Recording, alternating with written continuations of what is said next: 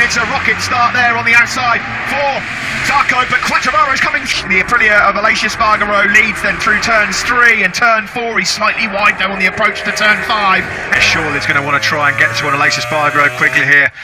He loves to be leading in the Sachsenring. It's a position he's so accustomed. He's fast left-handed and he'll attack the Ralph Waldman curve for the first time. Blind entry, flat out in 4th gear on a MotoGP bike, and it's as you were. Now will he have a look up the inside? He's not close enough into turn 13 in the background. Brad Binder, oh he is at the end of lap 1 here in Germany. It's a familiar sight at the Sachsenring. Marquez on the 93 Repsol Honda leading the way. First corner. Miguel Olivera just struggling to get going in the early stages of this. He's 6th. He's got it. His teammate all over the tail end of him. Started P21, he's in P21 now. Franco Morbidelli had a shocking first lap. He's last, down in 22nd place to turn 13 from Marquez. He came from a long way back to get that one nailed as well. Excellent stuff. He's got that feeling. Let Marquez over there. Side to Aleix Espargaro with some excellent drive though. Down the hill, he pulls up alongside Marquez. He's going to have a look. He's trying to fight back through at turn 13. He made this move on the previous lap. He's made it again. Twitchy by Aleix Espargaro's Aprilia. Look at Miller again up the inside of Fabio Quartararo in the battle for 4th. Maverick Vinales had a nightmare second lap. Was the conk of the pack. Nears up to 12th. From 16th on the grid, but still a lot of work for him to do. That final corner already on the first 2 laps, he's pinched the lead from Aleix Espargaro, and this time can Aleix Espargaro be close enough to retaliate?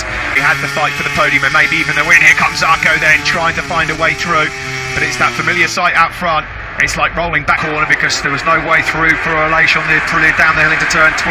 So lap 3 to be completed. Behind him, further back there then Fabio Quartararo, not where he wanted to be on the 4th lap of this German. The real hard charger. He is a Sunday man. He got the gloves off very early on. He's right on the rear tyre now of his teammate Miguel Olivera, the factory Ducati rider, looking to find a way through on Zarco. We're on board with the Aussie now. This is the area. Yeah, it was the rear stability here as you're carrying a lot of speed on the left-hand side of the tyre. The wheel spin, Miller just couldn't get that rear tyre hooked up. A little bit later on the brakes, but again there, it looked like the Aprilia man had the better corner speed and momentum through turn number 11, where they want to be across the board. Yeah, Olivera's got into his groove now. He just set the fastest lap of the race, a 1:22.0 there then. 22 flat, they're still some way off that all-time lap record set by Marquez. Oh dear, what's happened here? Alex Marquez needs results to keep his seat in that KTM ride. It just looks like, well, they're both blaming each other, of course. Or further back on Jack Miller, we're on board with him now. Will we see the nose there of Miguel Olivera? Aleix Espargaro also thinking about now, the man in the top 10. He's much faster than anybody else ahead of him, but he's down in 22nd place after that early mistake for 1. Brad Binder thinking about a move on Fabio Quartararo. Alex Rins doing a great job in the early stages of this one. Is Jack Miller in sector 2. Simon, yeah, exactly. Let's go out, all-out attack, and if you're comfortable with mixed conditions, that's what you need to do. Here comes Miguel Olivera. Holds up that advantage. He's perfectly placed, then made the call. He's been so good at judging changing track conditions. Quartararo fires. So clearly not comfortable with the rain falling in this early stage. The approach now then into turn 1. Big risk. These two men, they know that a mistake now could be really costly. Here he comes up the inside. Nice. Yeah. He's been lining that one up. The dress rehearsal number 12. Nowhere near halfway at the moment. There's a lot here with Johan Zarco looking at fellow Frenchman Fabio Quartararo. They are 1 and 2 in the World Championship, but they would lose ground through sector 1 on this 12th lap. Let's keep tabs on Olivera, Marquez through sector 2. Actually, Olivera just go out there and burn up the tyres thinking it's going to rain, and then it doesn't. Then they might, but let's see how it all pans out. There's Quartararo then still ahead of Zarco in the battle for 5th. Binder behind them, near in 8th, marked in 9th, almost 3 seconds out of contention. Olivera's just set the fastest lap of the race. He's down to a 1:20 wall, cheering on their riders. And at the moment, any one of about 8 could probably win this one. They're delivering 21s for fun. Is one coming here? Tyre preservation mapping just to soften the power. We expect with about 10 laps to go is where the significant drop-off will. That is a real tyre punishing race for Michelin. It's all about who can manage the left grip. He's doing a great job, the rookie 9th at the moment, ahead of Paul. That silver boot from Polish Parga Road. Marquez and Olivera, they exchanged fastest laps of the race. Predicted race pace pre-race was a 21.9, so we're better than HRC Honda, Marc Marquez himself. The nerves will be jangling now. Olivera at the moment on the quicker riders by quite some distance. The only two men that are in the 121s. Miller set his personal best. Marquez keeping a keen eye on proceedings. Pit buyer, KTM Motorsport Director. There's a bit of product placement there as well. 1.8 the gap between Marquez and Olivera in second. It's still Miller in third and Aleix Espargaro fourth with It will be now 14 laps completed. What's the pace? 16 to go. Yeah, Marquez again. He responded, he's man behind him, and again there's nobody else in the race that can find a 121.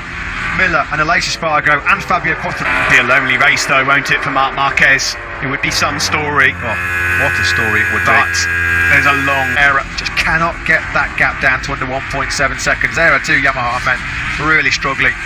Maverick Vinales here for company. This was the move for the World Championship leader. He needed to do that. Couldn't have. He knows that there's a podium up for grabs here because Miller's dropping into sort of mid-22s. Quartararo's not underpassing as well and secure what would be a really strong podium for Quartararo. It's come down to 1.6 in sector 3. Managing the rear tyre, the rear grip better through those fast lefts, the 7, 8, 9, 10 approach. Binder goes through on Zarco. Yeah, that's impressive. Marquez then back in the 22s. Binder and Zarco coming from 16th.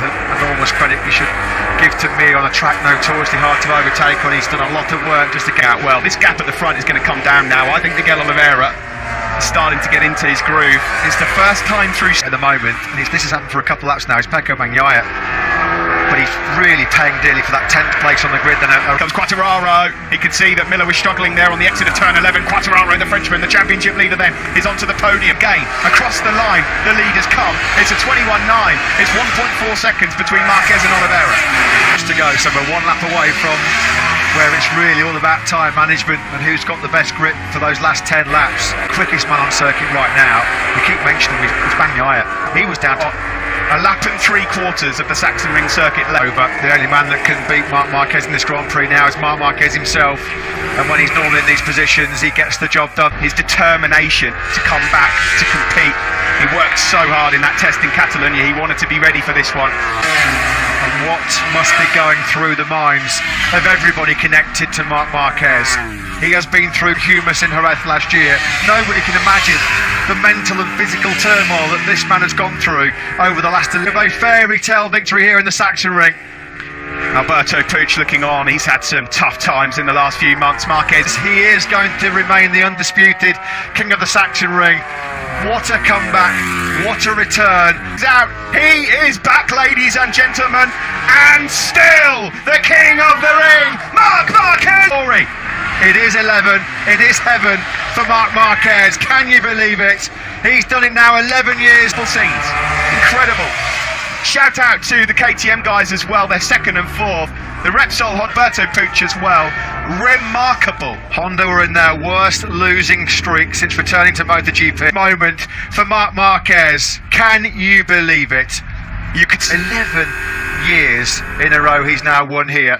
Fabio Quartararo third place when you think that Miller dropped to 6th. Zarco bitterly disappointing from the Frenchman. Pole. Let's hear from Mike Leitner. What a great day for KTM as well. Miguel Olivera gave it everything. He's second and an excellent job from great result for the team, for KTM. It's super. I mean, it was one lap, the lap where this rain comes and this made the gap, and then was very difficult to. Brett did an outstanding race from the grid. 3 podiums in succession, successive year in MotoGP. It's Marc Marquez that comes to the top step of the podium in the Saxon. Baumann, Liquid Moly Marketing Director, hands over the race-winning prize, a first since Valencia 2019. Jan Stovic, the FIM board member, hands over third place trophy to World Champion leader Fabio Quartararo.